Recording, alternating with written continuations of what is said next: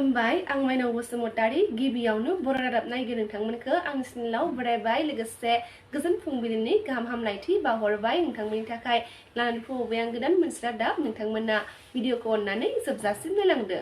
दिनैनि गिबि खौराङाव दङ दिनै 15 आगस्ट भारत उदांस्रि सान। भारत उदांस्रि साननि बयनिसिमबो गाहाम हामलायथि बावहरबाय। हादोरनि दाब दाब जायगायाव 79थि भारत उदांस्रि फालिथाय सानजों लोब्बा लाखिनानै हादोरनि दाब दाब जायगायाव गोबां हाबाफारि लानो साखाफारा जादों। थिग बेबायदिनो 79थि भारत उदांस्रि साननि सिगां हाउली नोगोर आफादनि मासिगिरि अनजलि दास चौधरी बिथाङा गाहाम हामलायथि बावहरदों।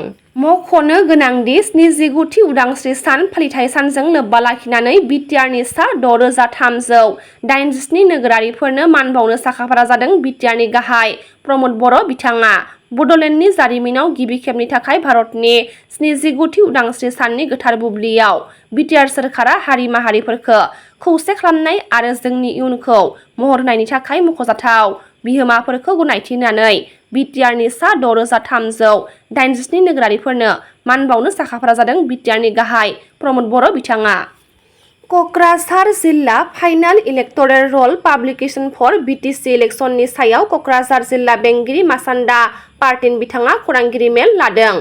खौरांगिरि मेलनि गेजेरजों फैगौ 2025 मायथाइनि बिटिसि बिसायख'थिनि थाखाय क'क्राझार जिल्लानि गासै मोन 12 बियाबनि भटार फारिलाइखौ मैया फाइनाल इलेक्ट'रेल रल ड्राफ्टखौ फोसावबाय।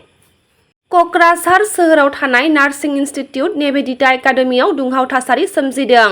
नंखाय सार्टिफिकेट होनायनि हेंथायै गोख्रों खुद्रिसारदों फरायसुलिफोरा। निवेदिता नार्सिं एकाडेमिनि गोरायुं प्रभिर घोषनि हेंथायै गोख्रों बिजाथाइ फोरमायथिदों नार्सिं फरायसाफोरा। फैगौ बिटिसि बिसायख'थियाव 14 नं चिरां दुवार बियाबनिफ्राय टिकेट मोनगोन होननानै आसा खालामदों खाम्फा बरगयारी बिथाङा।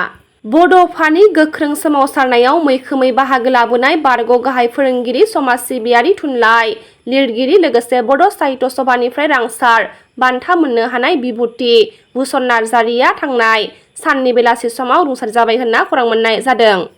दासान्दि गोबां अखा हानायनि जाउनाव रायजोनि दाब दाब जायगायाव गोबां दैबानाजों जेंना नुजाथिदों। थिग बेबायदिनो उदालगुरि जिल्लानि सिङाव थानाय गेलाबिलनिफ्राय माजबाद थांग्रा लामानि गेजेराव थानाय गंसे कालभारा बायलांनायनि जाउनाव ओनसोलनि रायजोफोरा जेंनाजों मोगा-मोगि जानांदों। रुधिर दैमारिखौ क'क्राझार सोहोर नोगोर जौगाखां बिफाननि मासिगिरि महरै थिसनबाय होनना खौरां मोननाय जादों। मख'नो गोनांदि क'क्राझार बागानसालिनि थागिबि रुधिर दैमारिखौ क'क्राझार सोहोरनि नोगोर जौगाखां बिफान आरबान डेभेलपमेन्ट डिपार्टमेन्टनि मासिगिरि महरै थिसनबाय। पन्चायतखौ सोलायनानै 6 सेडेल काउन्सिलाव भिसिडिसिखौ लाबोदोंमोन। बेयो मोनसे सेन्ट्रेल एक्ट होननानै सिएम प्रमद बर' बिथाङा फोरमायथिदों। भिसिडिसिआ खालि बड'लेण्डआवल' गैया गासै मोन 6 सेडेल काउन्सिलफोराव दङ होनना सिएम प्रमद बर' बिथाङा खौरांगिरिफोरनि सोंथियाव फोरमायथिदों। मख'नो गोनांदि आसामनि गिबि मन्थ्रि बिथां ड हिमन्त बिश्व शर्मा बिथाङा भिसिडिसिखौ बोखारनो बुंनायनि सायाव बिटिआरनि गाहाय खुंगिरि प्रमद बर' बिथाङा माखासे गोख्रों बाथ्राखौ फोरमायथिदों। 125थि एमेन्डमेन्टआवनो भिसिडिसिआव बिसायख'थि खालामनायखौ थिसनदों नाथाय बेखौ मिज'रामआ लुबैया मेघालयआ लुबैया बेबायदिनो गुबुनफोराबो बिसायख'थि खालामनायखौ लुबैया होनना फोरमायथिदों बिटिआरनि गाहाय प्रमद बर' बिथाङा। मैदेरजों न' बां गाख्रेबजानाय दुखुथिया नखरफोरनो अनसुंथाइ होदों अशक गयारी बिथाङा। 10 नं देबोरगाव बियाबनि बासबारि ओनसोलनि सिङाव थानाय मैदेरजों न' बां सिफायलांजानाय दुखुथिया नखरफोराव इउपिपिएलनि लाइमोन दैदेनगिरि अशक गयारीया नुजाथिहैना खौरां लाहैनायजों लोगोसे अनसुंथाइ राननानै होदों। मख'नो गोनांदि थांनाय आगस्ट दाननि 13 अक्ट' खालारखालि हराव मासे मैदेरनि उदखाराव बासबारि गामिनि बिरदाव नार्जारि 40 बोसोर बैसोनि आरो गोदान बासबारि गामिनि दुर्जय बसुमतारी आरो गारलाबारि गामिनि मनालि बसुमतारी बेंगा नार्जारि बिथांमोननि न'फोरखौ खहा खालामदोंमोन। उदालगुरि जिल्लायाव गोबां मावबिथांखिनि अन्थाइ खाम्फा गायसनदों बिटिआरनि गाहाय मावफुं सोद्रोमा प्रमद बर' बिथाङा।